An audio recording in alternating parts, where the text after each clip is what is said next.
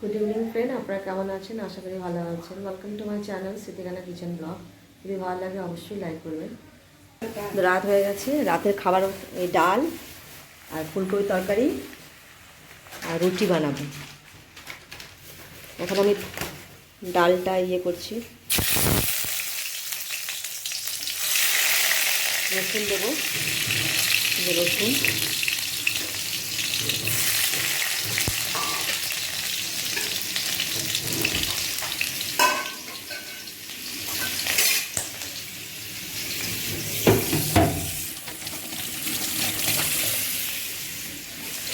তেজপাতা,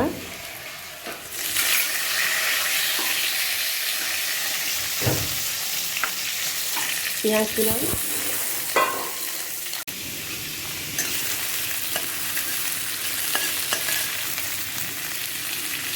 আমি হলুদ দিয়েছি, তাও আমি হলুদ দিয়ে দেবো।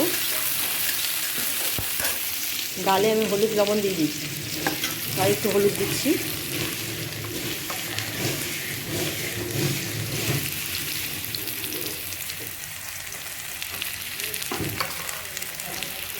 লবণটাও দিলাম।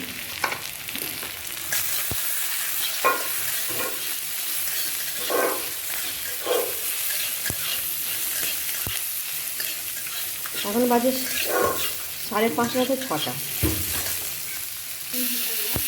টমেটো দিলাম,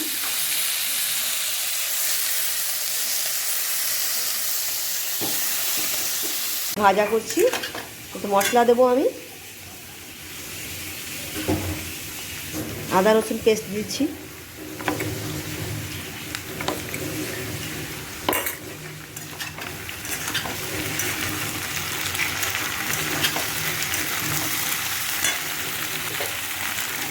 লবণ হলুদ, জিরা দিয়ে দেবো,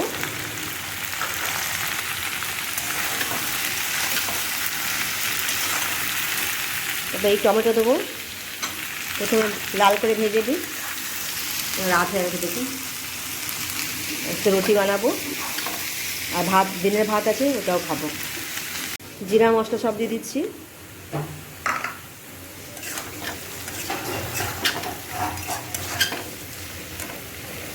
টমেটো দিয়ে দেবো। ডাল হয়ে গেছে, খুব সুন্দর ডাল হয়ে গেছে আর ফুলকপি হচ্ছে এখানটায়। একটু পরে চা বানাবো। আর দেখুন এখন বাজছে 6:30। রাতে এটাই খাবো আমরা, ডাল আর ফুলকপি তরকারি আর রুটি বানাবো, আর একটু ভাত আছে, ভাত।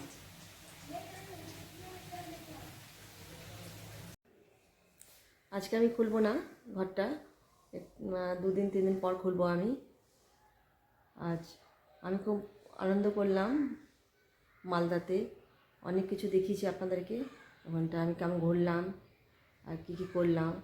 আর এখানটা কলকাতায় এসে ঘরেই থাকতে হবে, কোনো একা একা ঘুরতেও পারবো না আমি। তারপর ঘরে রান্না করব, রান্নাটা দেখাবো, আর আমার এই রুমটা দেখাবো আপনাদেরকে আমি কি করি। ব্যাস এইটুকুই। বাইরে থাকলে খুব আনন্দ লাগে, বাইরে থাকলে মানে বাইরে ঘুরতে গেলে সব কিছু দেখা যায়, এখানেও দেখা যাবে, কিন্তু একা যেতে পারবো না এখানটায়। সেই জন্য আমি যখন কলকাতায় থাকি তখন ঘরেই রান্না করি, আর সিটিং রুম, বেডরুম এইসবই দেখাই আপনাদেরকে। আর বাইরে কোথায় গেলে আমি মানে যেমন গেলাম আমরা আমার বোনের সঙ্গে, দিদির সঙ্গে, আমি অনেক কিছু দেখিয়েছি আপনাদেরকে। যদি আমার ব্লগটা ভালো লাগে অবশ্যই আপনারা লাইক করবেন। Thank you.